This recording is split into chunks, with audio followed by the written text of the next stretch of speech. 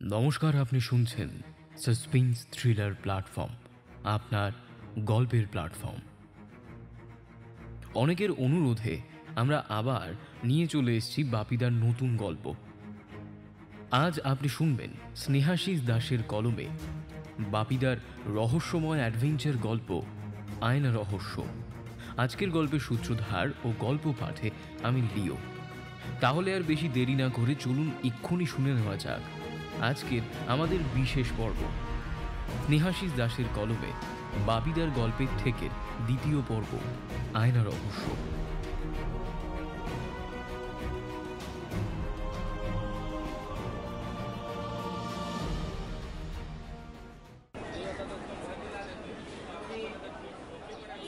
আজ মহালয়া। দেখতে দেখতে একটা বছর পার করে আবার পুজো চলে এলো। ভাবা যায় এই আগের বছর মহালয়াতেই গ্রামের বাড়িতে সবাই মিলে ভোরে মহালয়া শুনে একে একে পুজোর কাজে লেগে পড়েছিলাম। আর এই মহালয়ায় মেসে যখন ঘুম ভাঙলো তখন সকাল 10টা। আসলে স্কুল থেকে কলেজে ভর্তি হওয়ার পর সময় দৌড়চ্ছে রকেটের গতিতে, আর সেটাকে পাল্লা দিতে আমাদের দৌড়াতে হয়েছে আলোর গতিতে। তাই এই কলকাতা শহরে ডাক্তারি পড়তে এসে কিভাবে যে প্রায় একটা বছর কাটিয়ে দিলাম বুঝতেই পারিনি। এখনও মনে হয় যে এই তো সেই দিন এইচএস দিলাম, আর দেখতে দেখতে কিভাবে সময়টা চলে গেল। আর এই একটা বছরই শহরটা মায়ায় ফেলে দিয়েছে। শুধু যে শহরের মায়ায় জড়িয়ে গেছি তা নয়, তার সাথে আছে সন্ধ্যাবেলায় থুরি। আমাদের কাছে যা সন্ধ্যা তা অন্যদের কাছে প্রায় রাত। তাই সেই সময়ে নিজেদের কাজকর্ম সব সমাধা করে বাপিদার দোকানে চায়ের আড্ডায় বসে নানান সব গল্প শোনার মায়া যে কিছু কম তা কিন্তু নয়। সামনেই পুজোর ছুটি, তারপর তেমন কোনো পরীক্ষাও নেই, সেই জন্য কোনো চাপও নেই। তার উপর পুজো আসছে বলে কলকাতাও সেজে উঠেছে এক অন্য রূপে, যা সাধারণ থেকে একেবারেই আলাদা। আমাদের মেসের সেই সারা বছর আলো আঁধারিতে ভরা গলিও দেখি এখন আলোয় ঝলমল করছে। না জানি অন্যান্য জায়গা আরও কত সেজেছে।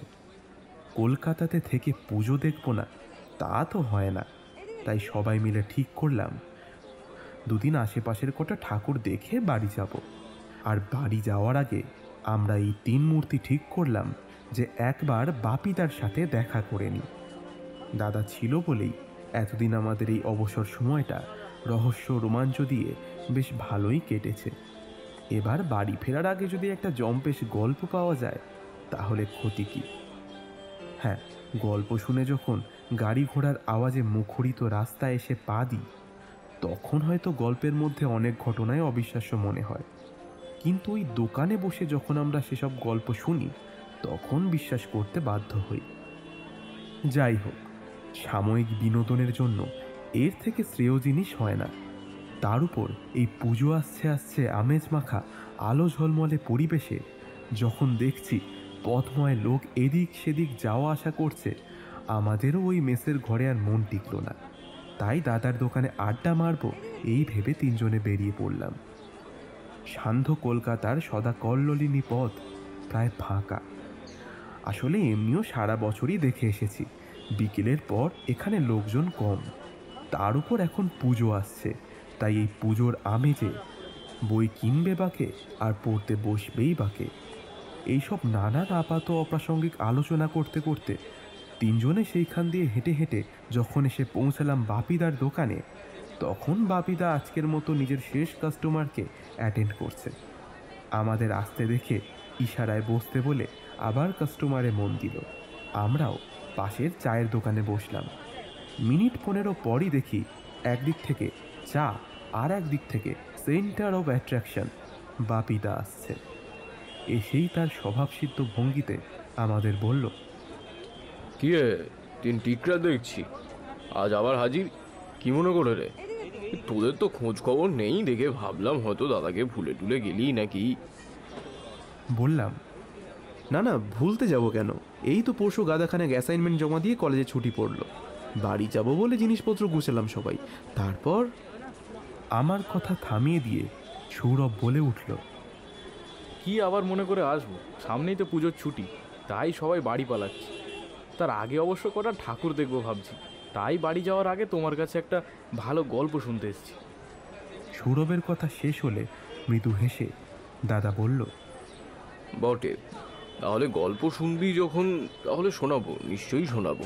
দাঁড়া, তার আগে একটু পেট পুজো করে নি। সেই দুপুরে খেয়েছি, তারপরে আর কিচ্ছু খাওয়া হয়নি। দূরের ম্যারাথন চলছে। আমিও খাই আর তোরাও আমার কোম্পানিতে। এই বলে দোকানওয়ালাকে হেঁকে নিজের ও আমাদের সবার জন্য চা আর টোস্টের অর্ডার দিল। তারপর ভালোভাবে গলা খাঁকড়ে নিয়ে গল্প ধীরে ধীরে শুরু হলো। স্বভাবতই আগে বাপিদার চিরাচরিত ডিসক্লেমার। দেখ, প্রথমেই বলে রাখি, এই গল্প না পাবি বইতে আর না পাবি বিশ্বাস করতে। কারণ এটা গল্প হলেও সত্যি, আবার সত্যি হলেও গল্প। তাই এর অলৌকিকতা যে বিশ্বাস করতেই হবে এমন জোর করতে আমি পারি না। কারণ আমিও পুরোপুরি বিশ্বাস করতাম না যদি না এটা আমারই এক ছোটবেলার বন্ধুর কাছে শোনা হয়। এই কথা বলতে বলতেই দোকান থেকে গরম গরম ডিম টোস্ট এসে হাজির। সেই টোস্টে কামড় দিতে দিতেই দাদা গল্প বলা শুরু করলো। আমার বন্ধুর এক পরিচিতির সাথে ঘটনাটা ঘটে। আমার বন্ধু সেই পরিচিতির অ্যান্টিক জিনিস কালেক্ট করার হেব্বি শখ।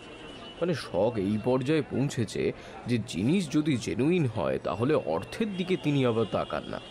একবার তার বাড়ি যাওয়ার সৌভাগ্য আমার হয়েছে।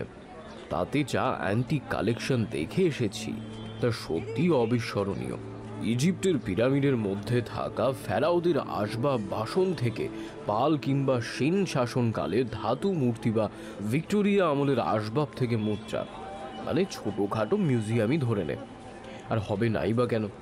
4 পুরুষের জমিদারি, কালের প্রভাবে আর জমিদারি প্রথা না থাকলেও রক্তে তাদের জমিদারিত্ব আছে। আজও কলকাতার 10টা জমিদার পরিবারের নাম বলতে গেলে শোভাবাজার রাজবাড়ির বা সাবর্ণ রায়চৌধুরীদের সাথে সাথেই এনাদের নামও অমলি। সেই পরিবারের ছেলেই হলো আমার বন্ধুর পরিচিত। এবং শুধু যে বাপ ঠাকুরদার রেখে যাওয়া পয়সাই আছে তা নয়, নিজেও বেশ সুপ্রতিষ্ঠিত, যাকে বলে একেবারে এলিট ক্লাস। আর সেই সুবাদেই কলকাতায় নামি বেনামি অনেক অকশন হাউসে ভদ্রলোকের অবাধ বিচরণ, যার ফলে যেমন কিছু অ্যান্টিক তিনি সিধা পথে সংগ্রহ করেছেন, তেমন কিছু জিনিস বাঁকা পথেও কারায়ত্ত করেছেন। তেমনই একটা জিনিস নিয়ে আজকের গল্প তোদেরকে আমি শোনাবো। বেশ কয়েক বছর আগের কথা, তখন তোরা খুবই ছোট, বুঝলি। একদল অ্যান্টিক পাচারকারীদের পুলিশ ধরে। সেখান থেকে বেশ কিছু অ্যান্টিক আমাদের ইন্ডিয়ান মিউজিয়ামে রাখা হয়। এতটা বলেই হঠাৎ করে আমাদের উদ্দেশ্যে একটা প্রশ্ন ছুড়ল। আচ্ছা, স্যারেদের কি মিউজিয়ামে যাওয়া হয়েছে নাকি? অপ্রস্তুত হয়ে বেজার মুখে আমতা আমতা করে জানালাম, না মানে আপাতত যাওয়া হয়নি, তবে বাড়ি থেকে ফিরে এসে নিশ্চয়ই যাব। কথাটা শুনে একটু হেও মার্কা নজরে আমাদের দিকে দেখে দাদা বলল, বাহ, কলকাতায় বসে থেকে মিউজিয়ামে যাসনি তো? আর কি করলি তোরা? হস, যাই হোক, যা বলছিলাম সেটাই ফিরি, শোন। কিন্তু ওই যে দেশের আইন ব্যবস্থা, সর্ষের মধ্যেই ভূত, সেই রকম এক ভূতের আনুকল্যে নিলামে ওঠার আগেই এক আয়না সহ সেকেলে ড্রেসিং টেবিল গোছের একটা আসবাবপত্র ভদ্রলোক কেনেন বেশ ভালো টাকা দিয়ে, আর সেটাই হয়ে ওঠে তার কাল। এরপর সৌরভ বলল, একটা জাস্ট ড্রেসিং টেবিল কিভাবে কারোর জীবনের সমস্যা হয়ে উঠতে পারে? দাদা আবার বলা শুরু করলো, দাঁড়া বাবু, বলতে দে। সমস্যা কখন কিভাবে সৃষ্টি হয় তা কি কারো জানা থাকে? তুই তো ট্রেলার শুরু করার আগেই দেখছি ক্লাইম্যাক্স চাইছিস। ধীরে চলো বৎস। আর ড্রেসিং টেবিলের থেকে বলা ভালো, সমস্যা তৈরি করেছিল সেই ড্রেসিং টেবিলের সাথে থাকা আয়নাটা। যা বলছিলাম আর কি, 15 শতকের ইংল্যান্ড ও তার ইতিহাস সম্বন্ধে তোরা কিছু জানিস? দেখ, যে ইতিহাসের কথা আমি বলছি সেই ইতিহাস কিন্তু বইতে থাকবে না, অন্তত স্কুল কলেজের বইতে তো নয়। যা বলছিলাম তা হলো নেক্রোম্যান্সার বা অকাল্ট সোসাইটি। এই সম্বন্ধে তোদের কোনো ধারণা আছে? নিজেদের মধ্যে এক প্রস্থ মুখ চাওয়াচাওয়ি করে করুণ মুখে বললাম, যতদূর মনে হয় সে বিষয়ে বিশেষ কিছুই আমাদের জানার মধ্যে নেই। ইভেন আমরা তো প্রথম শুনলাম এই টার্ম। তাহলে তোদের জন্য দেখছি গোড়া থেকেই শুরু করি। তাহলে শোন, মূল গল্প শোনানোর আগে তোদেরকে একটু নেক্রোম্যান্সি এবং তার ইতিহাস সম্বন্ধে জানতে হবে, তাহলে তোদের বুঝতে কোনো অসুবিধা হবে না। আচ্ছা শোন, তার আগে একটা কথা, আগের এক গল্প শোনাতে গিয়ে তোদের বলেছিলাম ভারতের বিভিন্ন ধর্মে প্রেত চর্চার কথা, তার সাথে সেটা কিভাবে তিব্বতে ছড়িয়ে পড়ে নিশ্চয়ই মনে আছে। উত্তর দিলাম। হ্যাঁ, কিছু কিছু মনে আছে। দাদা আবার বলল, আচ্ছা, যেটুকু মনে আছে সেটুকুতেই কাজ চলে যাবে। যেটা বলছিলাম আর কি, সেটা শোন। আমাদের ভারতে বা তিব্বতে তন্ত্রের মধ্যে এই প্রেত চর্চার জিনিসগুলো পড়ে, আর তাদের কৃষ্ণ সৎকর্ম বলে। ঠিক সেইভাবেই পাশ্চাত্যে একইভাবে এদের নেক্রোম্যান্সি, আর যারা সেসব কর্মের সাথে যুক্ত ছিল তাদের নেক্রোম্যান্সার বলে ডাকা হয়। এবং নামে অনেকটা এক লাগলেও এদের কিছু চারিত্রিক বৈশিষ্ট্য আছে যা এদের অন্য তন্ত্রের থেকে আলাদা করে। মূলত নেক্রোম্যান্সি হল জাদুবিদ্যার অনুশীলন, বা যা ভবিষ্যৎবাণীর উদ্দেশ্যে মৃতদের আত্মাকে আভাস বা দর্শন হিসেবে ডেকে তাদের সাথে যোগাযোগের একটা মাধ্যম বলতে পারিস। ভবিষ্যতে ঘটতে পারে এমন কোনো ঘটনা পূর্বাভাস দেওয়া, উপায় প্রদান করা এবং লুকানো জ্ঞানের আবিষ্কার করা। সেই সাথে থাকে প্রেত পুজো ও বিভিন্ন প্রেত নিয়ে চর্চা।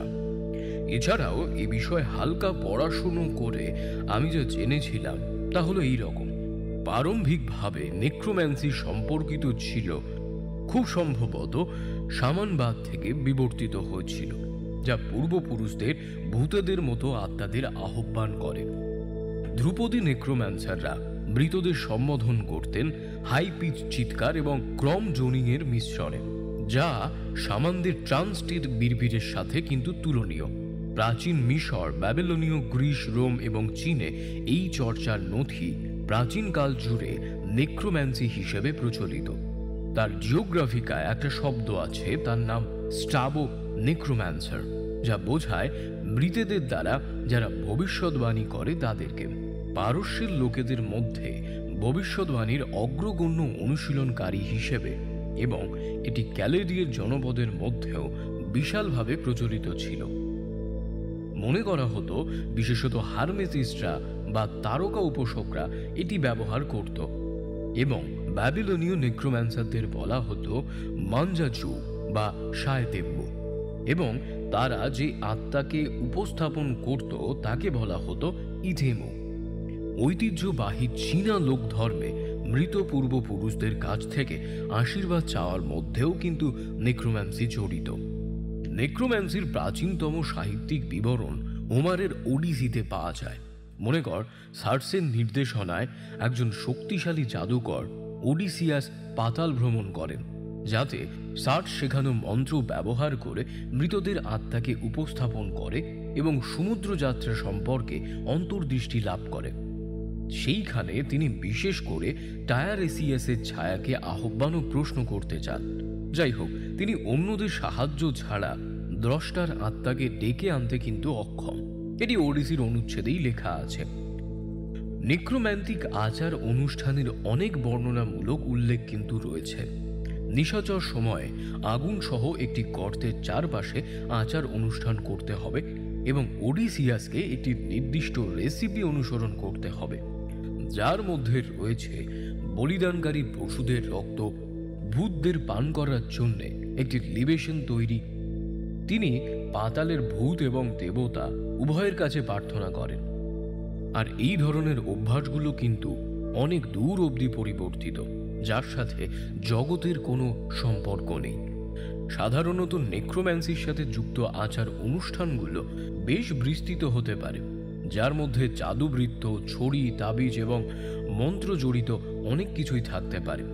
নেক্রোম্যান্সাররা নিজেকে মৃত্যুর অসুস্থ দিকগুলো দিয়েই ঘিরে থাকত, যার মধ্যে প্রায়শই মৃত ব্যক্তির পোশাক পরা এবং এমন খাবার খাওয়া যেগুলোর অন্তর্ভুক্তি, যেগুলোর নিষ্প্রাণতা এবং ক্ষয়কে প্রতীকী করে।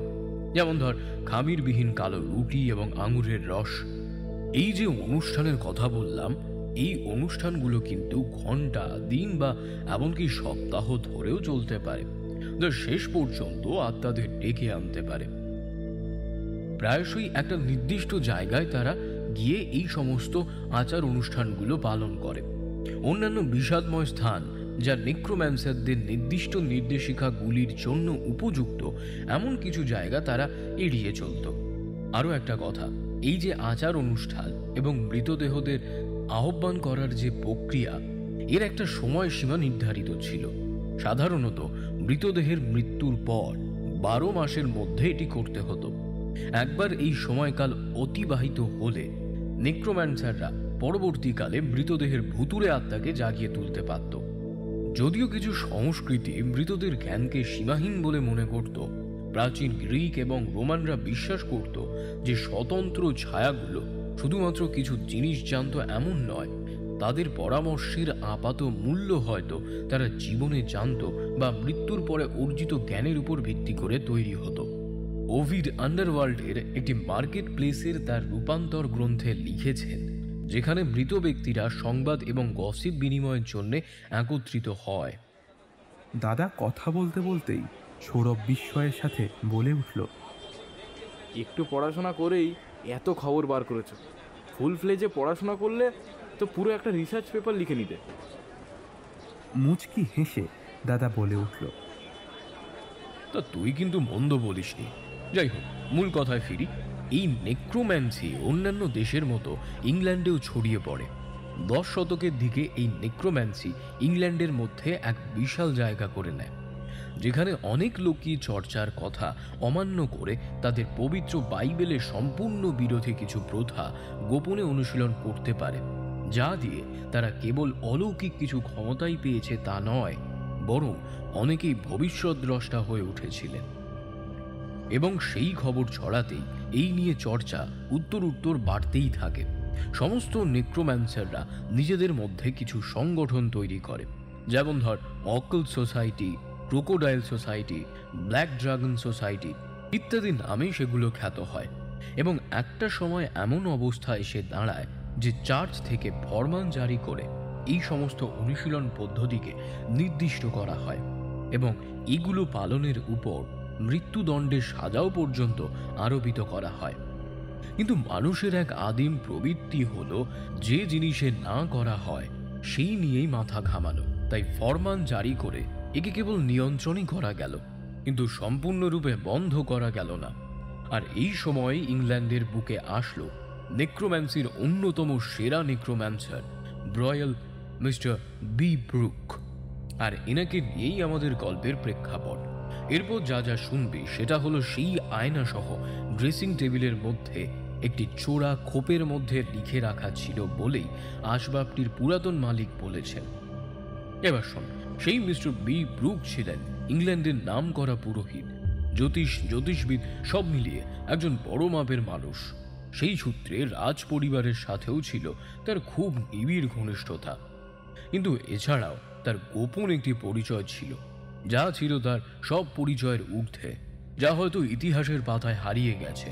এবং সেটি হলো একজন দক্ষ নেক্রোম্যান্সার বা তথাকথিত তান্ত্রিক বা প্রেত সাধক।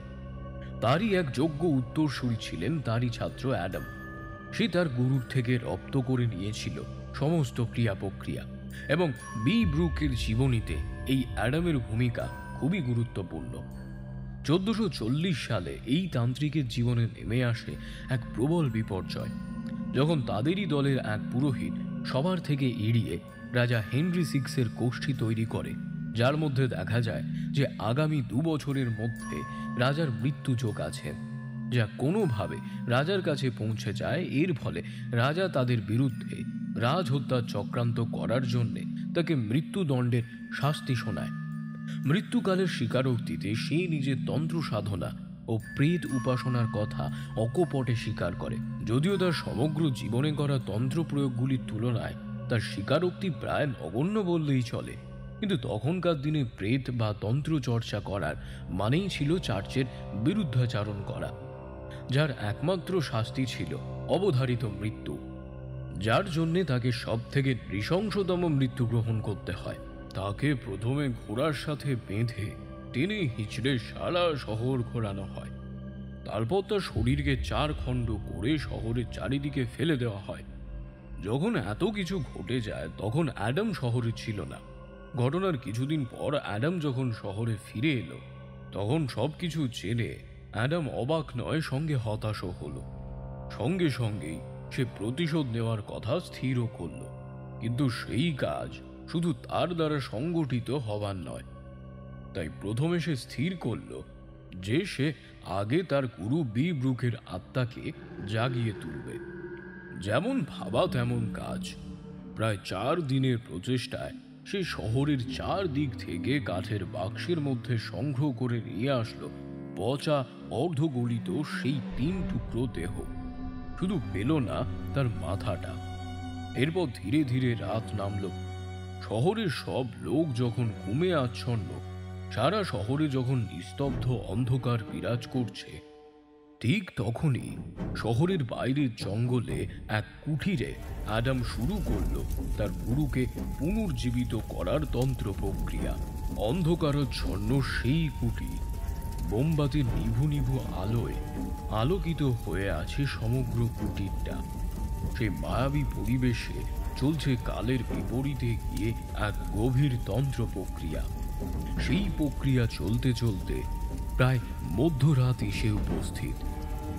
ঠিক সেই সময় বনের পশ্চিমের দিক থেকে রাত্রির নিস্তব্ধতা ভেঙে শোঁ শোঁ শব্দে হাওয়া বইতে শুরু করলো। হাওয়ার দাপটে মনে হলো যেন বেশ কিছু গাছও ভাঙা পড়ছে।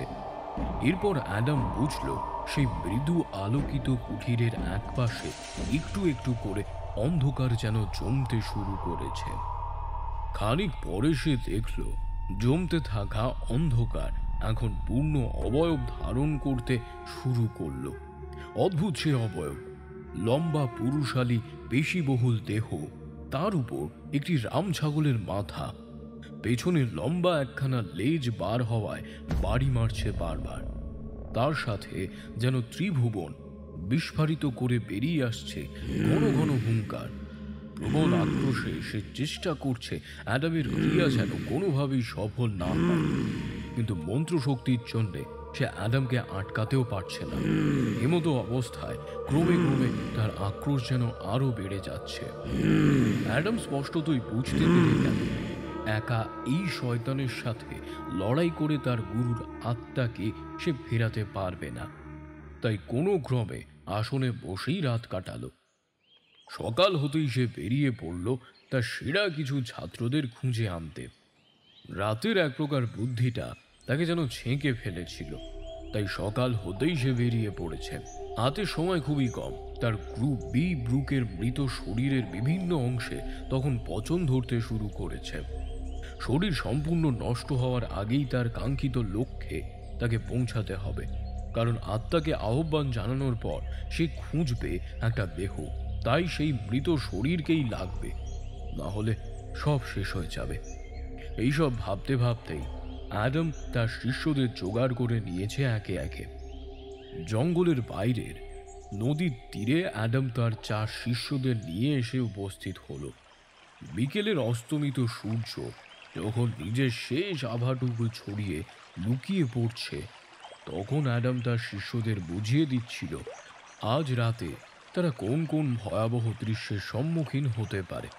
সংক্ষেপে বি ব্রুকের সম্বন্ধে কিছু তথ্য জানিয়ে অ্যাডাম শিষ্যদের উদ্দেশ্যে বলে উঠল, এতদিন যাবৎ তোমাদের যা যা গোপন থেকে গোপনতম বিদ্যা শিখিয়ে তোমাদেরকে গুপ্ত বিদ্যায় পারদর্শী বানিয়েছি। নিজেদের পরিশ্রমে আজ তোমাদের খ্যাতি দেশ জুড়ে। তোমরা এক একজন দিগ্গজ পণ্ডিত রূপে সমাজে আদৃত্য সুপ্রতিষ্ঠিত। যদি তোমরা এখনো আমায় নিজেদের গুরুরূপে সম্মানিত করে থাকো, তাহলে আজ তোমাদের সুযোগ পেয়েছ এই বৃদ্ধ গুরুকে গুরু দক্ষিণা দেবার। তোমাদেরকে আমি সবটাই জানিয়েছি যে কিভাবে অনৈতিকভাবে চার্চের পুরোহিতদের প্ররোচনায় পা দিয়ে রাজা হেনরি 6 আমার গুরু ও তোমাদের পরম গুরু ব্রুককে বীভৎসতম মৃত্যুদণ্ডে দণ্ডিত করেছে রাজা। এর প্রতিশোধ নিতে আমার সাথে সাথে তোমাদেরও এগিয়ে আসতে হবে। আমার পরবর্তীতে তোমাদেরকেই ব্রুকের উত্তরসূরি হিসাবে এই গোপন বিদ্যা রক্ষা করতে হবে। গুপ্তবিদ্যা অনুশীলন করার সময় তোমাদের আমি বলেছিলাম মৃত্যুর সব থেকে নৃশংস প্রতিশোধটি নিতে পারে একমাত্র মৃত ব্যক্তির আত্মা।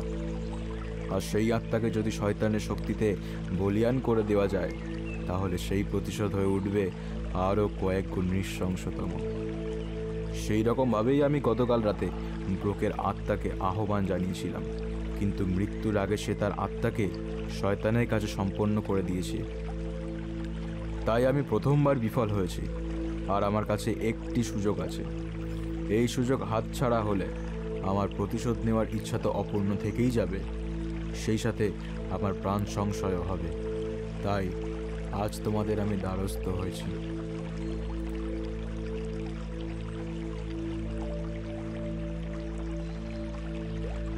ইতিমধ্যে একজন জিজ্ঞেস করলো, উত্তরে অ্যাডাম আবার বলল, আজ মধ্যরাতে শেষবারের জন্য আমি চেষ্টা করব আত্মা পূর্ণ জাগরণের। সেই সময় আমাদের মধ্যে দুজন মন্ত্রচারণের মধ্যে সুনিশ্চিত করবে যে আমাদের এই প্রক্রিয়ায় শয়তান যেন কোনো রকম ব্যাঘাত না ঘটাতে পারে। ঠিক মতো তোমরা কাজ করতে পারলে শয়তানের ক্রমশ তার শক্তি বাড়াতে থাকবে। যখন শয়তানের শক্তি তার চরমতম পর্যায়ে পৌঁছে যাবে, তখন বাকি দুজন শয়তানের সেই সমস্ত শক্তিকে ঐক্যবদ্ধ করে ব্রোকের আত্মায় প্রতিস্থাপন করবে। আর আরেকজন এই শয়তানি শক্তিতে পরিপূর্ণ আত্মাকে একটু আয়নার মধ্যে বদ্ধ করবে। সবটা সুপন্ন করার পর বাকি কাজ আমি করব, কিন্তু হেনরি সিক্সের শেষ থেকে ছাড়ব। অ্যাডামের কথার সাথে সাথে সেদিনকার মতো সূর্য অস্তাচলে গেল। সন্ধ্যায় প্রয়োজনীয় কিছু কাজ সেরে নিল সবাই। তারপর একসময় রাতের প্রস্তুতি শুরু করল। সমস্ত কুটিরের মেঝে জুড়ে এক এক করে অঙ্কিত হতে থাকলো বিবিধ যন্ত্র। ঘরময় জ্বলে উঠল অজস্র প্রদীপ। রাত গভীর হতেই সবাই নিজস্ব আসনে বসে গেল। একে একে সবার মুখ থেকে ধ্বনিত হতে শুরু করলো নানান মন্ত্র। মুহূর্তে এক অপার্থিব পরিবেশ তৈরি হলো জঙ্গলের মধ্যে। পুনরায় আগের মতো অলৌকিক ঘটনা ঘটতে থাকলো। জমাট বাঁধা অন্ধকার শয়তানের অবয়ব নিল। আবার সেই শয়তানি আক্রোশ আসতে শুরু করলো। ধীরে ধীরে বাড়তেও থাকলো, প্রতিহত হলো। এরই মধ্যে ধীরে ধীরে অর্ধগলিত মৃতদেহবশেষগুলোর মধ্যে আস্তে আস্তে প্রাণ সঞ্চার হতে থাকলো। অ্যাডাম একে একে জাদু বলে সেসব অংশকে একত্রিত করল। তারপর শয়তানের দেবতার উদ্দেশ্যে একটা মোষ বলি দিয়ে সেই মাথা ব্রুকের ঘাড়ে প্রতিস্থাপন করল। অন্য দিক থেকে আরেকজন শয়তানের সমস্ত শক্তি ব্রুকের প্রেতকে দেওয়া হলো এবং সেইটিকে আয়নায় আটকে রাখল। এইভাবে সমস্ত রাত কাটল। সকালে নিজের বাকি শিষ্যদের বিদায় দিলেন অ্যাডাম এবং তার যোগ্যতম শিষ্যের সহায়তায় তৎকালীন সময়ে সর্বশ্রেষ্ঠ কাঠ মিস্ত্রিকে দিয়ে এক অনিন্দ সুন্দর ড্রেসিং টেবিল তৈরি করে এবং তার সেই শিষ্যকে দিয়ে রাজা হেনরি সিক্সকে উপহার রূপে দেওয়ান।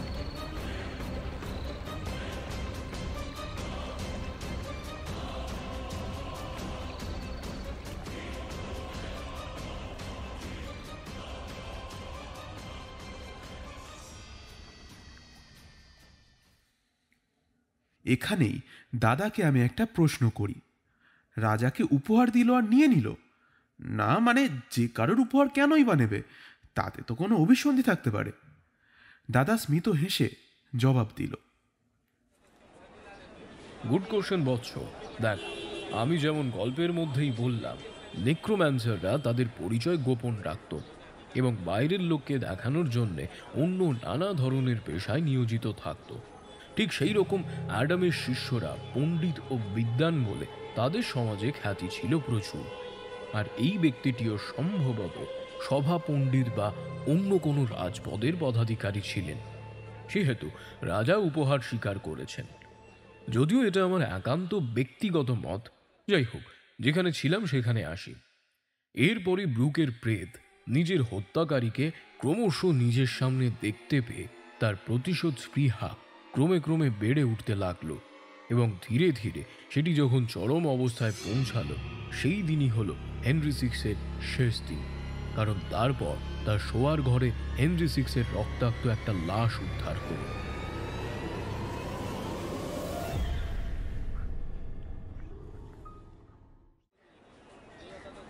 এতটা বলে দাদা যখন থামলো তখন চিত্ত বলল, অ্যাডাম তো হেনরি সিক্সের মৃত্যুর আগেই আয়না পাঠিয়ে দিয়েছিল, তাহলে তার মৃত্যুর লেখায় অ্যাডাম তার মৃত্যুর কথা কি করে লিখলো?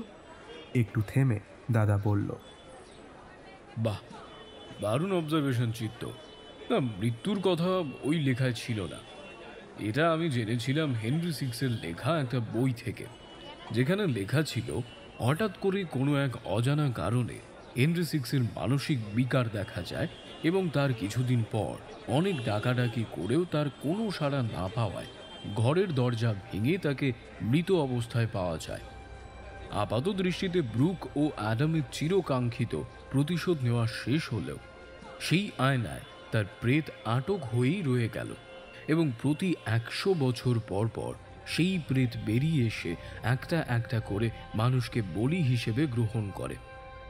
এই আয়নার সাথে হেনরি সিক্সের পর্বে যবনিকা পতন হলেও আয়না কিন্তু অক্ষতই রয়ে গেছিল, যার জন্য বহু লোকের হাত ঘুরে এবং হয়তো বহু লোকের প্রাণ নিয়ে অবশেষে সেই আয়না এক ব্রিটিশ সাহেবের হাত ধরে কলকাতায় এসে পড়ে ব্রিটিশ শাসনকালে এবং সম্ভবত এখানে থেকেও স্বমহিমায় ব্রুকের প্রেত একটি একটি করে বলি নিয়ে গেছে। তারপর একসময় সেটিকে কোনো এক নামকরা নিলামী সংস্থায় নিলামে তোলা হয় এবং খুব চড়া দামে আমার বন্ধুর পরিচিত সেই ব্যক্তি কেনেন। কারণ যতটা আমার পক্ষে শোনা, ড্রেসিং টেবিলটা ছিল একদম শিল্প নৈপুণ্যের আদর্শ উদাহরণ। যেমন কাঠের কাজ, তেমন ডিটেইলিং আর তেমনই প্রাচীন। অ্যান্টিক সংগ্রহকারীরা যেমনটা চান ঠিক তেমনই। সেই জন্যে বিন্দু মাত্র দ্বিধা না করে সেই ব্যক্তি ওই বস্তুটি নিজের করায়ত্ত করেন। প্রেত নিজের স্বভাবতই প্রতি 100 বছর অন্তর অন্তর আয়নার ভিতর থেকে বেরিয়ে আসে এবং একসময় বেরিয়েও আসে এবং পরপর নানান অলৌকিক ঘটনার সাথে জড়িয়ে পড়েন সেই ব্যক্তি। কিনে আনার পর ড্রেসিং টেবিলটা স্থান পায় তার মেয়ের ঘরে। বেশ কিছুদিন ভালোই ছিল, এরপর থেকেই উপদ্রব শুরু করলো। কিন্তু সেই উপদ্রব তার মেয়ে ছাড়া কেউ উপলব্ধি করতে কিন্তু পারত না। প্রায়শই খুব গভীর রাতে এক অস্বস্তিকর স্বপ্ন দেখে তার ঘুম ভেঙে যেত। এরপর একদিন স্বপ্নের মধ্যেই দেখল আয়নায় এক অতিলৌকিক অবয়ব ফুটে ওঠে।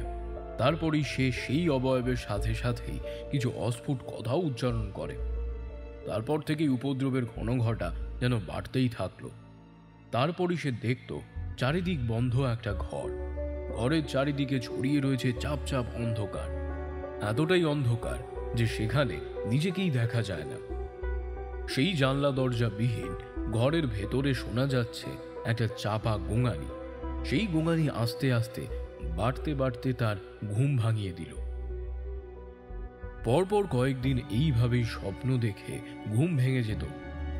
তারপরেই একদিন এইরকম ঘুম ভেঙে সে দেখল অন্ধকারাচ্ছন্ন তার ঘরকে ঘরের নীল লাইট ল্যাম্পটা আরো মায়াবী করে তুলেছে। এইরকম মায়াচ্ছন্ন পরিবেশেই সে অনুভব করল যে আয়নার ভেতর থেকে ভেসে আসতো নানান রকম অজানা ভাষার গান বা ছন্দ মেলানো কবিতা। আবার কখনো কখনো আয়নায় ভেসে উঠত অলৌকিক সব অবয়ব। আবার কখনো হয়তো দেখত সেখানে তার দেখা স্বপ্নই যেন কোনোভাবে প্রতিফলিত হয়ে উঠছে।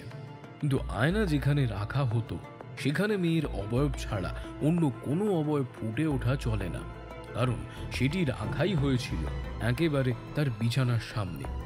সেখানে একমাত্র তার অবয়বই ফোটাই উচিত। তারপরেই ফুটে উঠত কিছু দৃশ্য, যা দেখে সে ভাবত হয়তো তার দেখার কোনো ভুল হচ্ছে বা সে কিছু ভুল দেখছে। কিন্তু তারপরেই দেখা যেত যে 2-3 দিনের মধ্যেই সেগুলো সত্যি হয়ে যেতে লাগলো। ক্রমাগত এই অলৌকিক ঘটনাগুলো ধীরে ধীরে মেয়েটার মনে একরকম চাপ সৃষ্টি করতে লাগলো। কিছুটা ভয় পেয়েই সে ইনসমনিয়া বা ঘুমের ওষুধ খেয়ে ঘুমাতে লাগলো। তাতে রাতে ঘুম ভেঙে সেসব অলৌকিক ঘটনার সাক্ষী হলো না ঠিকই, কিন্তু এরপরেই সেই আয়না তার অলৌকিক ঘটনাগুলো দিনে দুপুরে দেখানো শুরু করলো। এরপরেই সে আরো আতঙ্কিত হয়ে উঠল। সবসময় পজিটিভ থাকা মেয়েটি ক্রমশ নিজেকে এক ঘরে করে নিতে লাগলো। আর তা হওয়ারই ছিল, কারণ আয়নায় যেসব দৃশ্য সে দেখত তা বাড়ির লোককে বললে তারা কেউই বিশ্বাস করত না। ক্রমে ক্রমে সে ঘর থেকে বেরিয়ে আসা বন্ধ করে দিল। এমনকি খাওয়া দাওয়া, বাড়ির লোকের সাথে কথা বলা সবই আস্তে আস্তে বন্ধ হয়ে আসে। একটা সময় এসে তার পৃথিবী বলতে তার সেই আয়না আর ঘরের মধ্যে সেই সীমাবদ্ধ হলো। এরপরেও একের পর এক অলৌকিক ঘটনা ঘটে চলল এবং একটার পর একটা ঘটনা সত্যি হতে লাগলো। অন্যদিকে পরিবারের লোক ক্রমশ চিন্তায় হতাশাগ্রস্ত হতে লাগলো।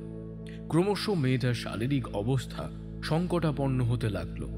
বহু ডাক্তারদের দ্বারা চিকিৎসা করিয়েও ঠিক করা গেল না। এরই মধ্যে আরেক দুপুরের সময় আয়নায় আবার এক অলৌকিক দৃশ্য ভেসে উঠল।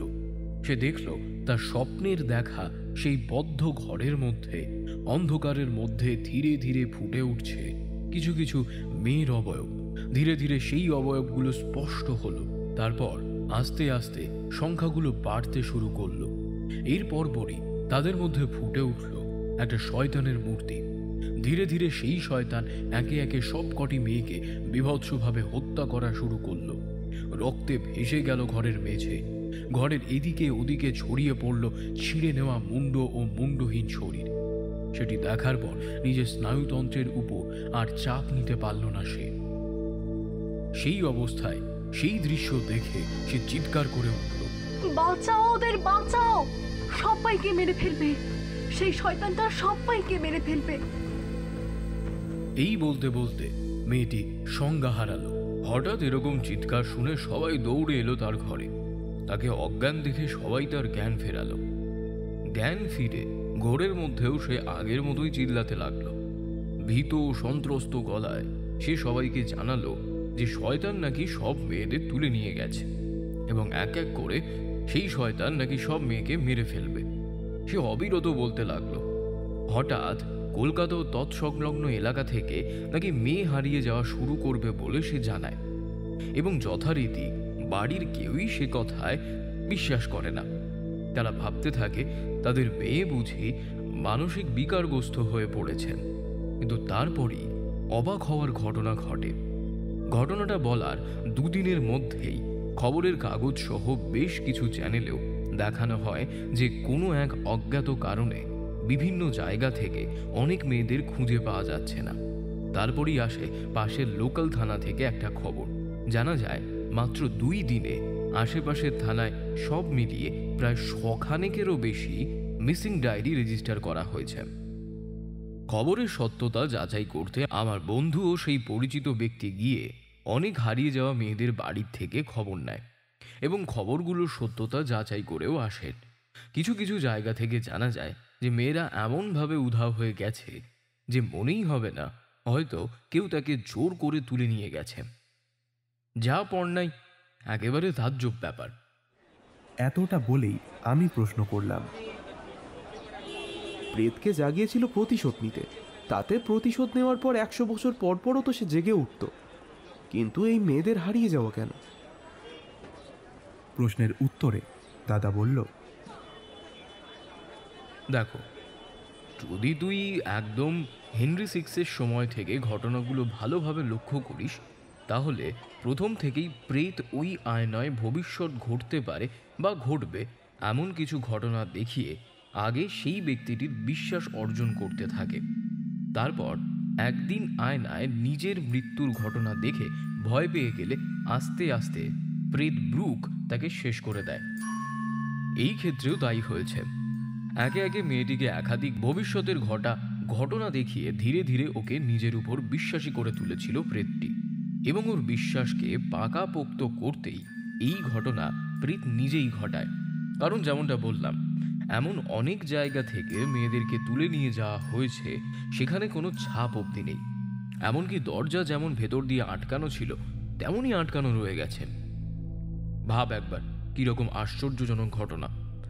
এইসব ঘটে যাওয়ার পর ধীরে ধীরে ওদের বাড়ির মানুষেরাও বিশ্বাস করতে শুরু করে যে সত্যিই তাদের মেয়ে ভবিষ্যতের সম্বন্ধে কোনো না কোনো আভাস পায় এবং পরবর্তী কিছু ঘটনা পর পর সেই বিশ্বাসকে আরও পাকাপোক্ত করে। এরপরেই কিছুদিন যাবৎ সেই ঘরের মাঝেই মেয়েটি বলে ওঠে তার আসন্ন মৃত্যুর কথা। ধীরে ধীরে দুশ্চিন্তা গ্রাস করতে থাকে পরিবারের সবাইকে। একটিমাত্র মেয়ে, তারও যদি এই অকালে মৃত্যু হয় সব থেকে বড় কথা, মা বাবা জীবিত থাকতে যদি সন্তানের মৃত্যু আসন্ন হয়ে ওঠে, তাহলে বাবা মায়ের উপর দিয়ে যে ঠিক কী পরিস্থিতি যায় তা বর্ণনা করার মতো শক্তি ভগবান কাউকেই দেয়নি। এইরকম উদ্বিগ্ন পরিস্থিতিতে পরিবারের সবাই যখন হতাশাগ্রস্ত, ভাবছে কি করে কিভাবে তাদের মেয়েকে বাঁচাবেন, কিন্তু কোনো উপায়ন্তর কেউ কিচ্ছু খুঁজে পাচ্ছিলেন না। ঠিক তখনই ব্যক্তিটি কোনো পথ খুঁজে না পেয়ে শেষমেশ তার কুলগুরু শরণাপন্ন হলেন। আসলে কি বলতো, মানুষের সামনে যখন একে একে সব রাস্তা বন্ধ হয়ে আসে, তখন সর্বশক্তিমান ঈশ্বরই কোনো না কোনো নিমিত্তের দ্বারা পথ দেখান। এখানেও তেমনটা হলো। বৃদ্ধ গুরু যেমন একাধারে পণ্ডিত, তেমনই বিচক্ষণ। খবর পাওয়া মাত্রই সমস্যার গাম্ভীর্য বুঝে তিনি তৎক্ষণাৎ তাদের বাড়ি এসে উপস্থিত হন। সেখানে এসে সবকিছু দেখে শুনে খানিক ধ্যানস্থ হলেন। তারপর নিজের দূরদর্শিতার বলেই হোক বা তার করায়ত্ত করা অলৌকিক ক্ষমতার বলেই হোক, তিনি কোনোভাবে আন্দাজ করেন যে এই টেবিলটি হয়তো কোনোভাবে এইসব অতিলৌকিক ঘটনার জন্য দায়ী। তাই ধ্যানস্থ অবস্থা থেকে বেরিয়ে এসে সেই ব্যক্তির উদ্দেশ্যে তিনি বলেন, তোমাদের সজ্ঞানে বা অজ্ঞানে এই বাড়িতে যে আসবাবটি এসেছে তা কোনো সাধারণ আসবাব নয়। সে নিজের সাথে নিয়ে এসেছে এক প্রাচীন অভিশাপকে। কোনো এক কালে এই আয়নার উপর প্রেত ক্রিয়া করা হয়, যা নির্দিষ্ট সময়ে বারবার জেগে ওঠে। তারই শিকার হয়েছে তোমার মেয়ে। এই প্রেতের কোনো কাটান প্রক্রিয়া নেই, একমাত্র এই আয়না ভেঙে প্রেতকে মুক্ত করে দাও। সেই সাথে এই আসবাবকে আগুনে পুড়িয়ে ফেলো। অগ্নিস্পর্শতেই একমাত্র এর সমস্ত অমঙ্গলকারী শক্তি নষ্ট হবে। এবং তোমায় সাবধান করে দিলাম, কখনো কোনো পুরনো বা ব্যবহৃত আয়না ঘরে নিয়ে আসবে না। একে এনেছিলে বলেই তোমাদের এত কিছু পোহাতে হলো। ভবিষ্যতে সতর্ক থেকো, কেমন? কথাগুলো বলে বৃদ্ধ থামলেন। বৃদ্ধের কথায় ভদ্রলোকের মধ্যে নিজের জন্যই এক রাগ ঘৃণা মেশানো অনুভূতি তৈরি হলো। নিজেই নিজের উপর ক্রুদ্ধ হলেন। তারপরই হঠকারিতার মধ্যে এক অবিশ্বাস্য কাজ করে ফেললেন সেই লোকটি।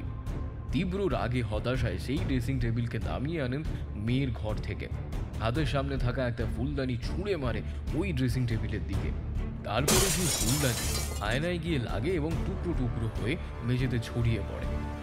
এরপর একজন পরিচারককে আদেশ দিয়ে বলে যাতে এই টেবিলটাকে সে জ্বালিয়ে পুড়িয়ে দেয়। বলার শেষ মাত্রই আদেশ পালন করলো সেই পরিচালক। দেখতে দেখতেই বহু ইতিহাসের সাক্ষী সেই টেবিল পুড়ে ছাই হয়ে গেল। পোড়ার সময় এক ভয়ানক গর্জন বেরিয়ে আসলো সেই টেবিল থেকে। তারপর থেকেই ধীরে ধীরে সুস্থ হতে শুরু করলো সেই মেয়ে। সৌরভ আবার সন্দেহের সুরে প্রশ্ন করল, আচ্ছা, তুমি যে একটু আগেই বললে এর ভেতরে চোরা খোপ থেকে পাওয়া এই একটা পুঁথি থেকেই তুমি ড্রেসিং টেবিলের সম্বন্ধে জেনেছিলে, কিন্তু এখন বললে যে এটা পুড়িয়ে ছাই করে দেওয়া হয়, তাহলে তুমি জানলে কি করে? বাপিদা বেশ একটু আনন্দিত হয়ে আমাদেরকে উদ্দেশ্য করে বলল, তোরা যে যাই বলিস না কেন, দিন দিন সৌরভের অবজারভেশন কোয়ালিটি কিন্তু সত্যি আকর্ষণীয় হয়ে উঠছে। শেখ শেখ, ওর থেকে তোরাও কিছু শেখ। আবার সৌরভকে উদ্দেশ্য করে বলল, আব্বা সৌরভ, গুড অবজারভেশন। মাত্রাতিরিক্ত প্রশংসা পেয়ে সৌরভ কিছু বলতে যাচ্ছিলই, কিন্তু ওকে থামিয়ে দিয়ে দাদা আবার বলল, আসলে গল্পটা শোনার পর থেকেই ব্যাপারটা আমার কাছে বেশ অসংলগ্ন লেগেছিল। আধা আধি গল্প পেয়েছিলাম আমি, কিন্তু বইয়ের দোকানদার আর গল্প পিপাসু বলে আধা আধি গল্পে আমার মন ভরবে না। তাই ওই আগে যেমন বললাম, হালকা একটু নেক্রোম্যান্সি নিয়ে পড়াশুনো তো করাই ছিল। ভদ্রলোকের কাছ থেকে টেবিল প্রাপ্তি ও পরবর্তী গল্প জেনেছিলাম। শুধু আগের ঘটনাগুলোই আমার জানা ছিল। লোকটাকে হালকা খোঁচা মারতেই তিনি বলেছিলেন কার থেকে টেবিলটি তিনি কিনেছিলেন। তারপর একটু কাঠখড় পুড়িয়ে তার সাথে যোগাযোগ করি। প্রথমে তো সে কিছুতেই স্বীকার করবে না যে সে এই টেবিল ভদ্রলোককে বেচেছে, বরঞ্চ বলল যে সে এসব কিছুই জানে না, তার সাথে ওই টেবিলের কোনো সম্পর্ক নেই। আর আমি হলাম গিয়ে নাছোড়বান্দা, ওকে দিয়ে বলিয়েই ছাড়ব। তারপর একে একে ওরা কি কি সমস্যায় পড়েছিলেন সেসব বলে একটা হালকা নাটক করলাম। দেখলাম সে ব্যক্তি তাতে কিছুটা নরম হলেও তখনও এদিক ওদিকে কথা ঘোরাচ্ছেন। তারপর সেই চিরাচরিত পন্থা অবলম্বন, তাকে বসিয়ে চা, সিগারেট আর একটা কড় করে 200 টাকার নোট পকেটে গুঁজে দিতেই টপাটপ কথা বেরোলো।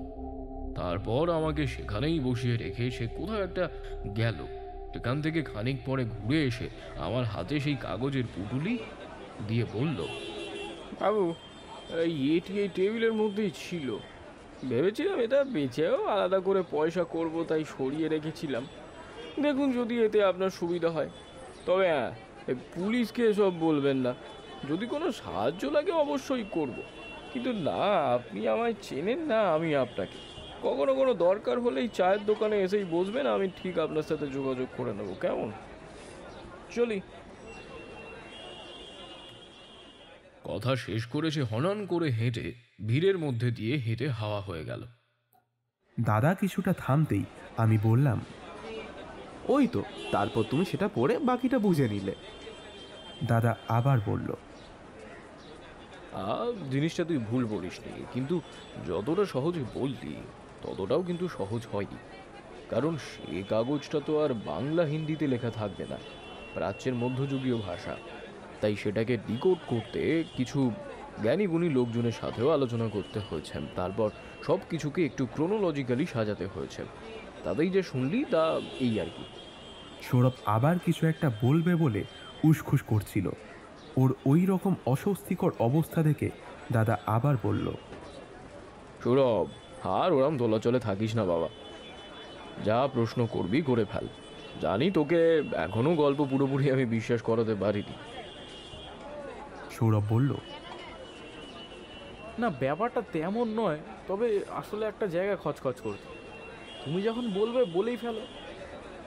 আসলে আমি জানতে চাইলাম যে শুধু ওই মেয়েটাকেই টার্গেট করা কেন?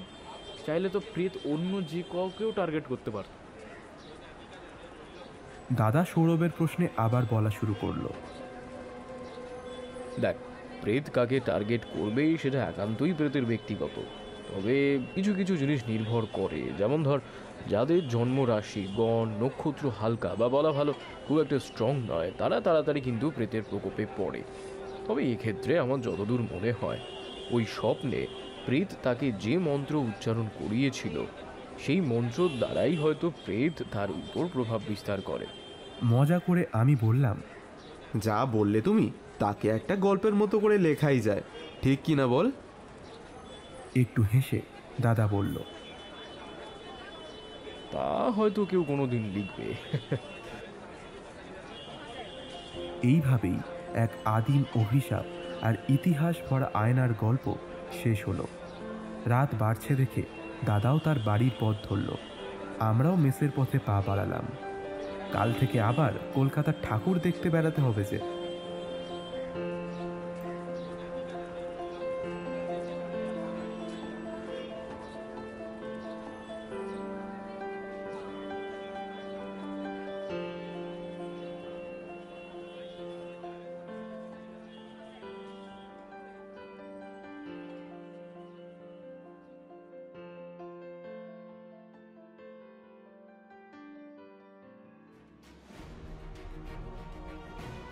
তো কেমন লাগলো আমাদের আজকের পর্ব তা অবশ্যই কমেন্ট সেকশনে জানাতে ভুলবেন না।